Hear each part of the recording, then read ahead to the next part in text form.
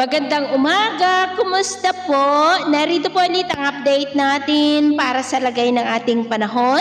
Ngayong umaga po ng March 7, 2025. Sa ngayon po ay lumakas na muli ang bugso ng hanging amihan at ito po ay umiihip na sa malaking bahagi ng Luzon. Ang shear line po ngayon ay nag-i-extend dyan sa may Bicol region at easterlies naman ang nakakaapekto sa silangan ng Visayas at mayroon pong intertropical convergence zone na nag-extend po sa silangan ng Mindanao. At sa ating long range forecast, consistent pa rin naman po na walang bagyo na namamataan na tatawid po sa ating kalupaan for the next 2 weeks. At sa lagay ng ating panahon, ngayong madaling araw po ay may mga isolated rains sa ilang bahagi ng Cagayan Valley, Cordillera, La Union, Quezon, Camarines Provinces, Catanduanes, Marinduque, Calapan, Palawan, Romblon, Aklan, Capiz, Cadiz, Cebu, Bohol, Leyte, Samar Provinces, Caraga, Davao Oriental at Sulu Archipelago.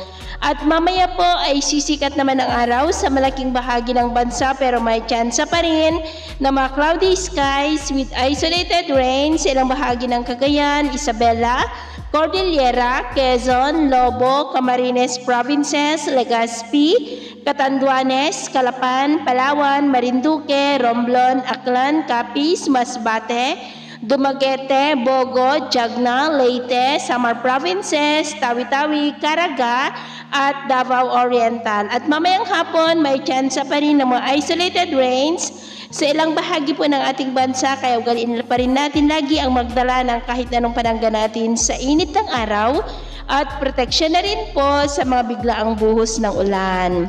At sa atin naman pong mga baybayin, maalon po ngayon sa mga baybayin ng Northern Luzon, maging po sa mga baybayin ng Pangasinan, dulot po yan ng amihan. Ang mga alon dyan ay posible po na aabot hanggang sa 2 to 4 meters height. Kaya hanggat maaari po, ay iwasan na muna natin ang papalaot dyan sa mga may kulay pula para po mas makaiwas sa mga sakunang pangkaragatan. So, ito ang latest update natin sa araw na ito. Ako pumuli si James na nagsasabing, sa kahit anong pagsubok po na darating sa ating buhay, huwag na huwag po tayong mawawalan ng pag-asa. Thank you and God bless!